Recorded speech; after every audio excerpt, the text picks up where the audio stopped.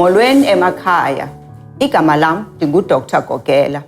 Ndingugqirha oyingcaphephe kwizifo ezosulelayo eGroote Hospital nakwiDyunivesithi yaseCape Town.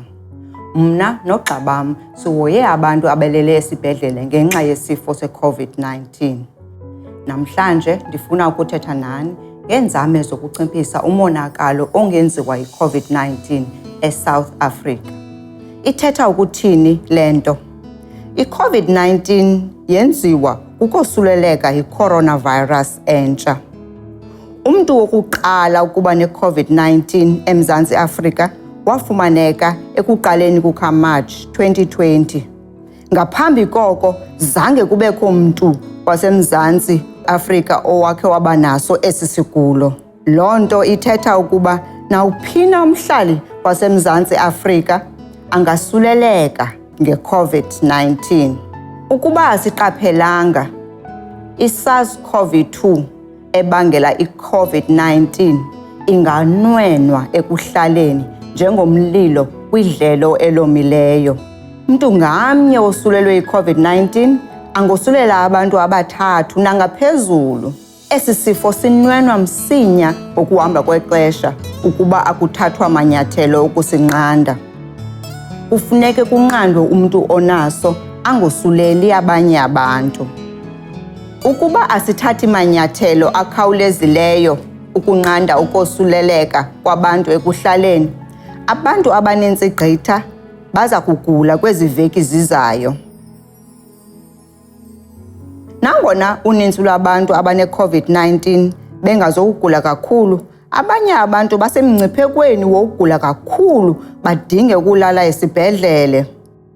Ukuba baninzi abantu abosuleleke ngexesha elifutshane okanye ngexesha elinye, inani labantu abane-Covid-19 lingalikhulu kakhulu, ligqithe amawaka. Into esingayifuniyo kukuba bonke abantu badinge isibhedlele ngaxeshanye. Ingazizigidi zabantu abadinga ukulala esibhedlele kwisithuba seveki.